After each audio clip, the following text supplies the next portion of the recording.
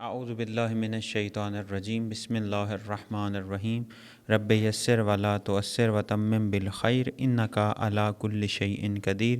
سامعین محترم، ہم بات کر رہے تھے اسلام کے اندر خاندان کی تشکیل کس طرح سے ہوتی ہے اور کن کن مراحل سے گزر کر انسان خاندان کو تشکیل دے سکتا ہے۔ بات ہماری اس مقام تک پہنچی تھی کہ وہ کون سے ایسے اسباب ہیں، وہ کون سی رکاوٹیں ہیں، وہ کون سے علل ہیں کہ جن کی وجہ سے شادی جیسا مقدس اور مستحب امر ہمارے معاشرے کے اندر، خصوصاً پاکستانی معاشرے کے اندر مشکل اور زنا جیسی بدکاری گناہ کبیرہ عام ہو گیا ہے۔ اور شادی کرنا مشکل ہے اور زنا کرنا آسان ہے۔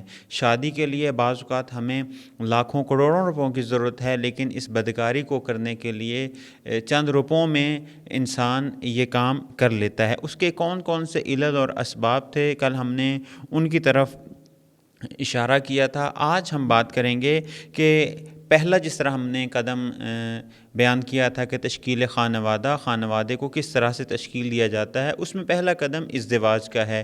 انسان کو چاہیے کہ وہ شادی کرے، شادی کرنے کے بعد جو خانوادہ یا گھرانہ تشکیل پاتا ہے، اس کے بعد پھر ان کے اصول ہیں، اس خانوادے کے، اس گھرانے کے، کہ کن اصولوں کے اوپر وہ استوار ہو۔ آج ہم دوسرے قدم کی طرف اشارہ کریں گے کہ دوسرا قدم تشکیل خانوادہ کا، اس میں چونکہ پہلے عرض کر چکے ہیں کہ خانوادہ کی تشکیل، خاندان کی تشکیل کے دو عنصر ہیں، ایک شوہر اور ایک بیوی۔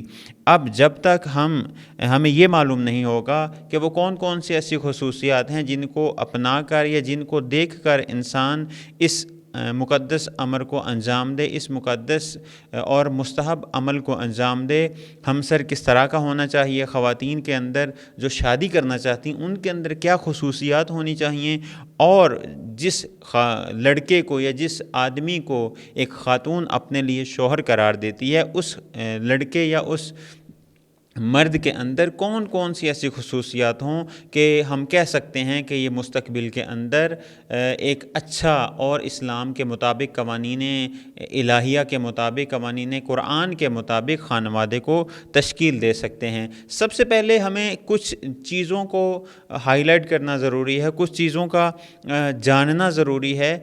وہ یہ ہے کہ ہمارا رابطہ، فلسفہ رابطہ کیا ہے۔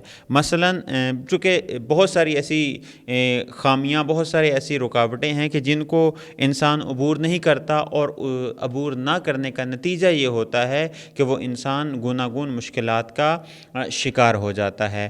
فلسفہ رابطہ، میرا رابطہ کس طریقے سے ہے، میرا رابطہ دین کے ساتھ کس طرح سے ہے، میرا رابطہ اسلام کے ساتھ کس طرح کا نوعیت کا رابطہ ہے، رابطے کی نوعیت کیا ہے، میرا رابطہ والدین سے کس نوعیت کا ہے، میرا رابطہ ماں سے کس نوعیت کا ہے، میرا رابطہ والد سے کس نوعیت کا ہے، میرا رابطہ قرآن سے کس نوعیت کا ہے، میرا رابطہ دعاؤں کی کتابوں سے کس نوعیت کا ہے۔ میں مثال سے واضح کروں، میرا رابطہ، چھوٹا سا نمونہ لے لیں، میرا رابطہ قرآن سے کس نوعیت کا ہے۔ آیا میں قرآن کو اس نگاہ سے دیکھتا ہوں، اس نگاہ سے پڑھتا ہوں کہ ثواب ملے گا؟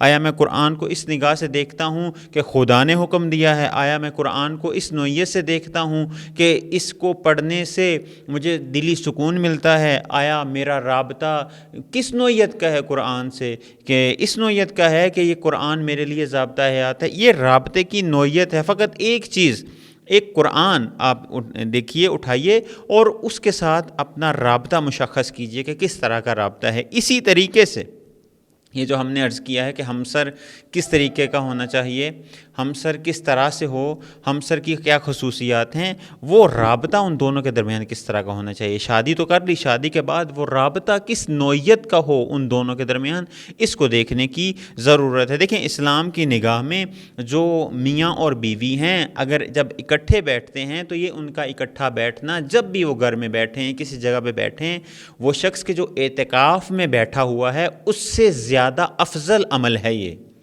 میاں بیوی کا جو رشتہ ازدواج میں منسلک ہو چکے ہیں، جب وہ بیٹھیں اکٹھے تو یہ عمل ان کا اعتکاف سے زیادہ ثواب کا حامل ہے۔ بس رابطہ ہمارا کس طریقے سے ہونا چاہیے۔ مثلاً ایک شخص شادی کر رہا ہے، ایک شخص شادی کرنا چاہتا ہے، تو وہ اس کی نگاہ عورت کی طرف کیسی ہے، آیا وہ اپنی جنسی تسکین کے لیے شادی کرنا چاہتا ہے، آیا وہ گھر میں کام کرنے والی ایک خاتون کو لانا چاہتا ہے، یا ایک شخص ہے کہ اس کے آفیسز کے یا اس کے کاروباری معاملات درست نہیں ہیں تو ان کاروباری معاملات کو درست کرنے کے لیے ایک خاتون کو لانا چاہتا ہے اپنے گھر میں، یا یہ کہ اس کو ذہنی سکون نہیں میسر، اس ذہنی سکون کو حاصل کرنے کے لیے، اپنی زندگی میں سکون کو حاصل کرنے کے لیے شادی کرنا چاہتا ہے۔ تو یہ مختلف زاویہ نگاہ ہیں دیکھنے کے کہ وہ خاتون کو کس نگاہ سے دیکھتا ہے۔ ازدواج اس کے لیے، جس طرح میں عرض کر دیا